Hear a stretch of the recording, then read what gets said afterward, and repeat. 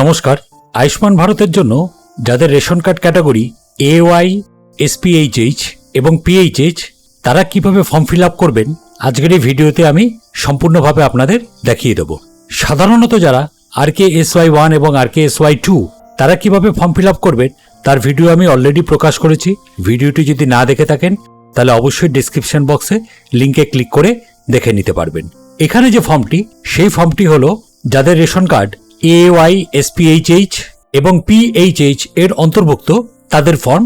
এই ফর্মটি আপনাদের পুরো ফিল আপ করবার দরকার নেই। এই ফর্মটি আপনাদের বাড়িতে আপনাদের এলাকার যে আশা কর্মীরা আছে তারা এই ফর্মটি আপনাদের বাড়িতে দিয়ে যাবেন।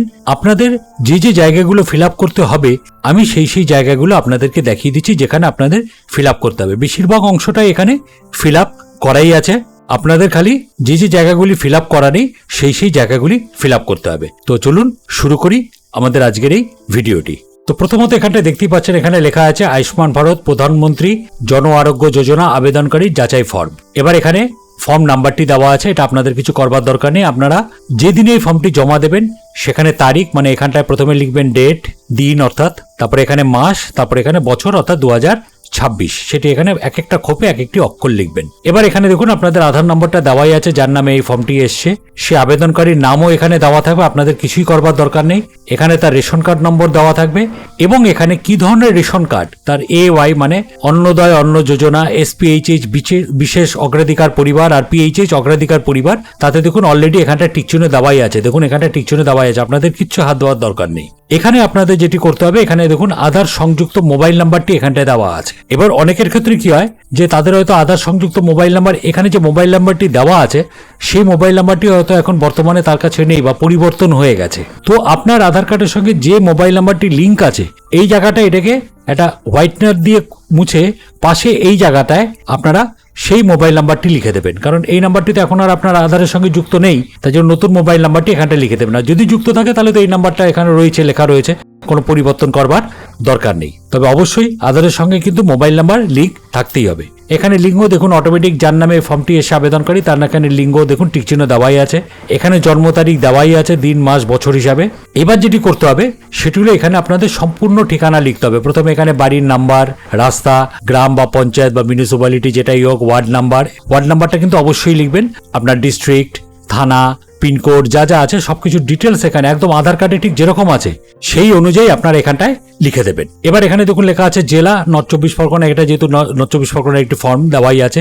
ব্লক বা পৌরসভার নামও এখানে অলরেডি দেওয়া আছে। এখানে গ্রাম পঞ্চায়েত ওয়ার্ড নাম্বার যদি যেটা আছে সেটা অলরেডি দেওয়াই আছে। পরিবার প্রধানের নাম অর্থাৎ রেশন কার্ডে আপনার পরিবার প্রধানের যে নাম আছে সেই নামটিও এখানে দেওয়া আছে।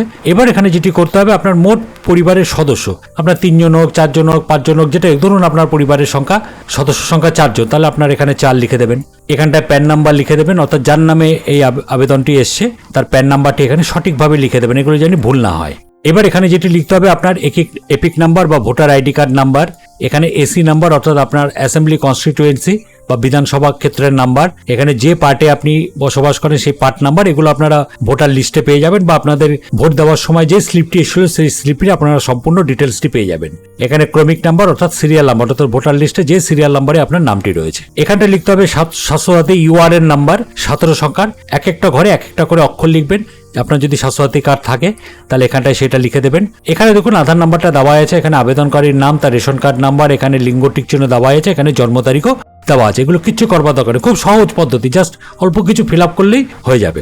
এবার একদম নিচে আসলে এখানে দেখুন বাতিল করার মাপকাঠি। এবার এখানে লেখা আছে দেখুন পরিবারের বার্ষিক আয় 8 লক্ষ টাকার বেশি, যদি হ্যাঁ হয় তাহলে হ্যাঁতে টিক করবেন, না হলে নাতে টিক করবেন। যতদূর ধারণা AY বা SPHH বা PHH কার্ড যারা আছে রেশন কার্ড তাদের নিশ্চয়ই বার্ষিক আয় 8 লক্ষ টাকার বেশি হতে পারে না, তাই জন্য আপনারা এখানে নাতেই টিক করে দেবেন। পরিবারে কোনো সদস্য আয়কর প্রদান করেন কিনা, যদি করে থাকেন তাহলে হ্যাঁতে ক্লিক করবেন, আর না করলে নাতে টিক করে দেবেন।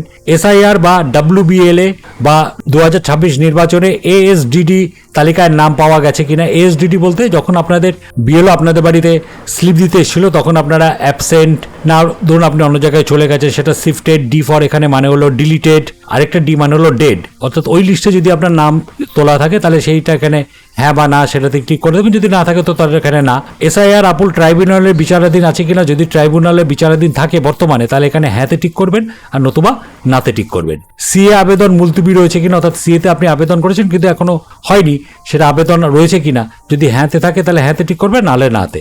অন্নপূর্ণা যোজনার উপভোক্তা তালিকা থেকে নাম বাদ দেওয়া হয়েছে কিনা, এখনো তো অন্নপূর্ণা যোজনার কোনো উপভোক্তার তালিকা সেভাবে প্রকাশ পায়নি, যদি তাই জন্য আপনারা এখানে নাতে টিক করে দেবেন। যারা অন্নপূর্ণা যোজনা টাকা পাচ্ছেন তারা তো অবশ্যই নাতে টিক করবেন।